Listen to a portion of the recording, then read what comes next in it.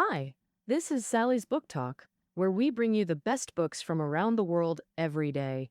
Today we're exploring the book Guns, Germs, and Steel, published in 1997 and awarded the Pulitzer Prize for General Nonfiction the following year. It remains a global bestseller. The author, Jared Diamond, is a geography professor at UC Berkeley. In 2005, Foreign Policy magazine ranked Diamond ninth among the world's top 100 public intellectuals. But his inclusion largely stemmed from the popularity of Guns, Germs, and Steel. The book's subtitle is The Fates of Human Societies. Diamond persistently examines why civilizational development varies so dramatically across regions, from space exploration to stone tool usage in rainforests. Why did Eurasian powers dominate other continents over the past 5 centuries? What ultimate causes underlie these historical patterns? Diamond begins with a pivotal historical episode, the Battle of Cajamarca. Following Columbus's 1492 voyage, within decades, European conquistadors began subjugating the Americas. In November 1532, at Peru's Cajamarca, Francisco Pizarro's force of 106 infantry and 62 cavalry slaughtered 7,000 Inca warriors. With such small forces, the Spanish dismantled the Inca Empire within years. The Spanish advantage. Superficially, steel weapons, armor, firearms, and horses gave conquistadors overwhelming advantage against indigenous warriors armed with stone tools and slings. But Europeans possessed another devastating weapon, deadly pathogens like smallpox and influenza that preceded actual conquest. Over centuries, these diseases eliminated 95% of Native Americans, enabling European domination of the Americas.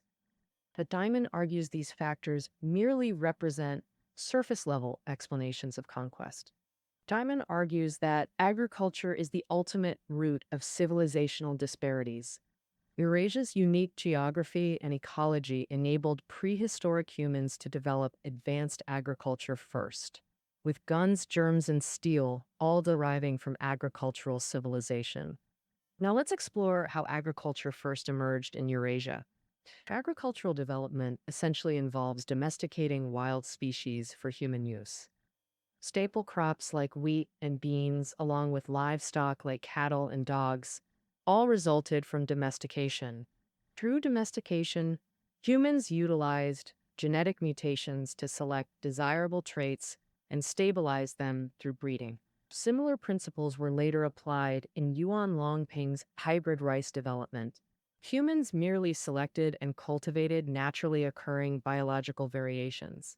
This makes local biodiversity and environmental complexity crucial prerequisites for domestication. Here's where Eurasia's unique environment played three key roles. First, Eurasia's environment provided suitable species for domestication. Take the Fertile Crescent as a prime example. This crescent-shaped region in Eurasia, covering parts of modern Iraq, Syria, and Palestine, this Mediterranean climate zone features mild winters and long, dry summers. Cereals and legumes here evolved into annual plants adapted to the climate. They prioritized seed production over stem growth. Their seeds matured before drought season and entered dormancy awaiting rains. These short-cycle, high-yield, storable plants were ideal crops. Moreover, the varied terrain from Dead Sea to high mountains created exceptional biodiversity, increasing domestication opportunities. Archaeological findings reveal over 157 types of wild plant seeds collected for domestication in the Fertile Crescent between 10,000 to 9,000 BCE. And over the next millennium, the region cultivated 8 founder crops, including barley, wheat, peas, chickpeas, and flax. Simultaneously, they domesticated goats, sheep, pigs, and cattle. This region contained 4 of the 5 most important domesticated mammals, lacking only horses. The Fertile Crescent's how crucial was this agricultural success? First, Diamond's archaeological data shows this region's agriculture is the oldest verifiable. Second, it produced diverse, high-quality domesticated species. Consider this. Pre-20th century, only 14 large mammals were domesticated. four from this region. Of the few dozen staple crops feeding humanity today, several key global varieties originated here, like emmer wheat. Compare this with New Guinea's contrasting situation. New Guinea, the world's second largest island, lies in the tropics.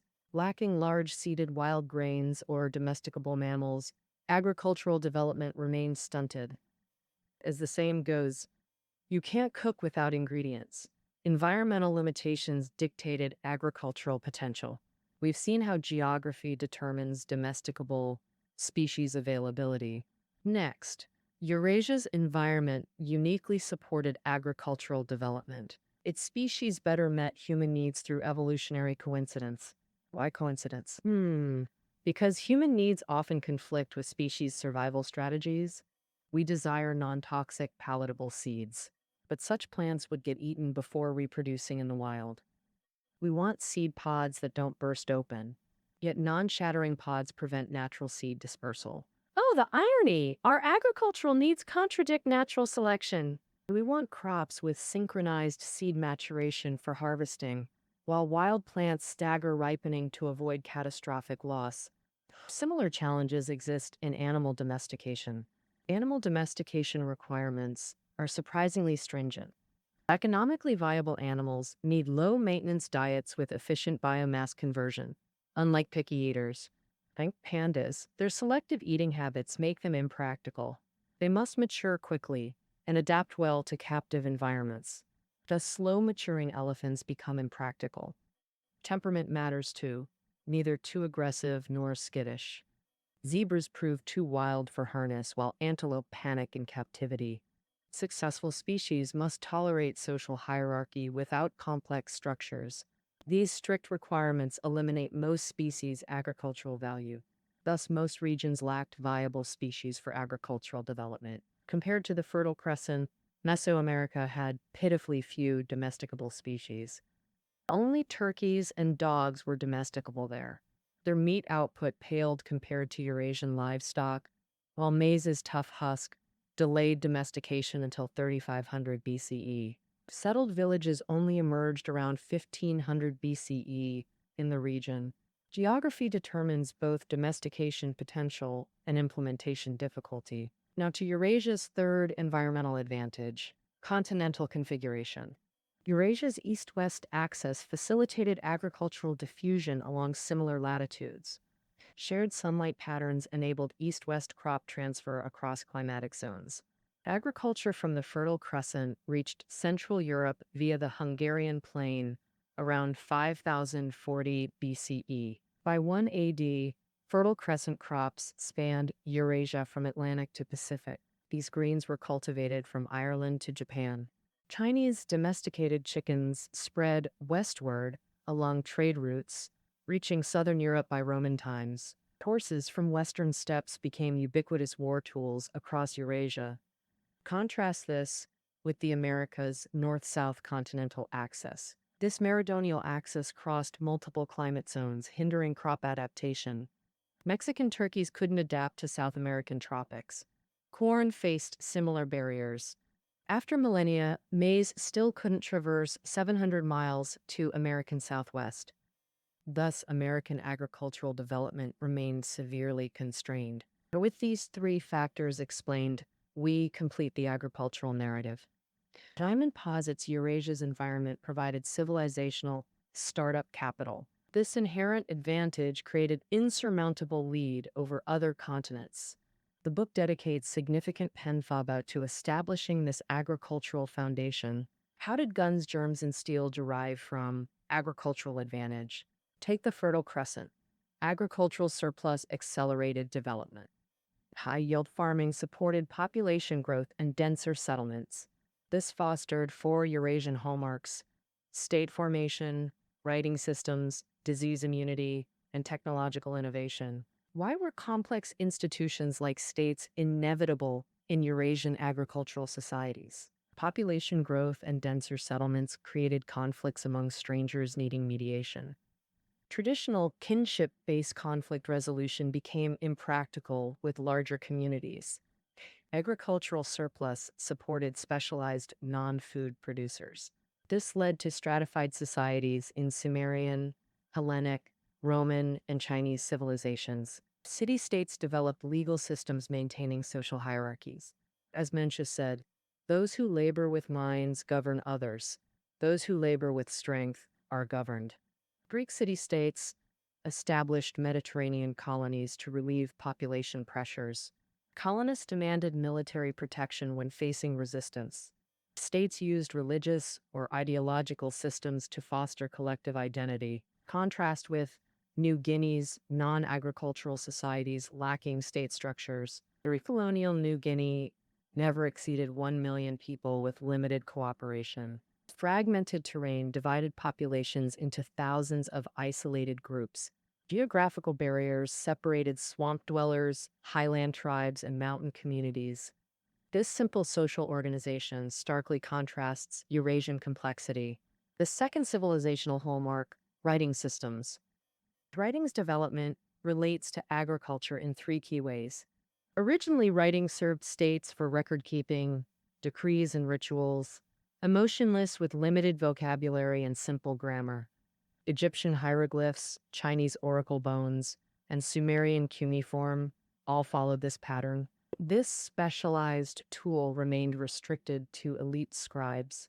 Analysis of Mycenaean clay tablets suggests only 100+ scribes served entire civilizations. Population expansion created demand for long-distance communication. Colonists needed ancestral knowledge. Metropoles required colonial control. Writing evolved to transcend spatial or temporal limits through precise, durable information storage.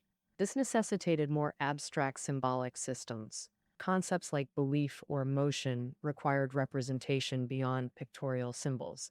Writing needed phonological correspondence with spoken language. How did restricted scripts evolve into phonetic alphabets? This reveals agriculture's third impact on writing development.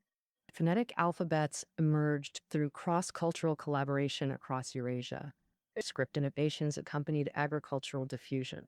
During China's Shah-Shang periods, Syrian scholars adapted Egyptian scripts into Semitic alphabets. These became ancestors to Roman or Greek alphabets and hundreds of derivative systems. Let's clarify with concrete examples. Semitic letters initially represented single consonants, like modern English. The single L sound combined P plus L plus A letters rather than unique symbols. Fixed alphabetical order aided memorization, crucial for widespread literacy. This evolved into modern alphabetical systems like ABC. Semitic alphabets later developed vowel markings unfamiliar to modern users. Romans refined their version into the vowel system we know. A, E, I, O, U. Arabic and Hebrew use diacritical marks for vowels, dots and lines around consonants. Doesn't this look familiar? These writing systems co-evolved with agricultural expansion. In contrast, American civilizations faced climate barriers forcing cultural restarts. Mayan writing never influenced Incas or North America. Beyond governance and writing, agriculture brought unexpected third advantage. Eurasia's epidemiological resilience. European conquests used disease as biological warfare, more lethal than weapons. These pathogens originated from agricultural practices. Close human-animal coexistence in Eurasian farming enabled zoonotic transfers. Cattle gave smallpox, rats carried plague, pigs transmitted parasites, all mutated human killers. Dense settlements became disease incubators through waste accumulation and limited mobility. Roman smallpox and medieval Black Death demonstrate this epidemiological evolution. Centuries of exposure built Eurasian disease resistance through natural selection. When these pathogens reached immunologically naive Americans, 90% populations perished rapidly. Smallpox reached the Inca Empire in 1526, killing most inhabitants, including Emperor Huayna Capac. In 1837, a steamboat carrying smallpox reduced a Missouri River tribe from 2,000 to 40 within weeks. Finally, the fourth civilizational aspect, technological innovation capacity. Diamond argues Eurasian agriculture created self-imposed challenges driving innovation. Population pressures and conflicts necessitated continuous technological evolution. As the saying goes, necessity is the mother of invention. Without wheat cultivation, windmills never emerged in the Americas. Diamond analyzes China's maritime decline as case study. The early Ming Dynasty, 15th century, possessed transoceanic naval capabilities surpassing Columbus. Zheng He's fleet dwarfed European counterparts in scale and technology. Why didn't Chinese explorers reach America before Europeans? Post unification, Ming Dynasty lost outward-looking drive of prior Yuan rulers. Emperor Yongl's voyages served political theater rather than sustained exploration. War-ravaged Ming China prioritized agricultural recovery over maritime ventures. Conservative officials saw no practical value in oceanic exploration. China's agricultural-centric ideology ultimately withdrew from naval competition. Similar technological reversal occurred with Japanese firearms. European arquebuses revolutionized 16th century warfare. By 1600, advanced Japanese guns dominated battlefields during Sengoku period. Tokugawa unification eliminated military incentives, causing firearms technology stagnation. Diamond emphasizes this demand-driven innovation model applies universally across continents and races. We've now covered the four civilizational pillars rooted in agriculture. States and writing emerged to manage agricultural population pressures, while technology addressed expansion challenges. Disease immunity became Eurasia's unexpected biological dividend. Let's reconstruct human history through this lens. If Austronesian islanders swapped places with Europeans or Native Americans with Fertile Crescent inhabitants, Diamond maintains Eurasia's geographic advantages would still prevail. Agriculture would still emerge here under similar environmental conditions. The four civilizational features would still manifest in Eurasia. We might have brown-skinned Platos, but no white Einsteins in this alternate history. Human civilization isn't dictated by racial superiority, but environmental interactions. History emerges from deep human-environment interdependencies. This interaction launched agricultural development, propelling humanity forward. This concludes our exploration of guns, germs, and steel. Detailed notes available below the audio. Until next time.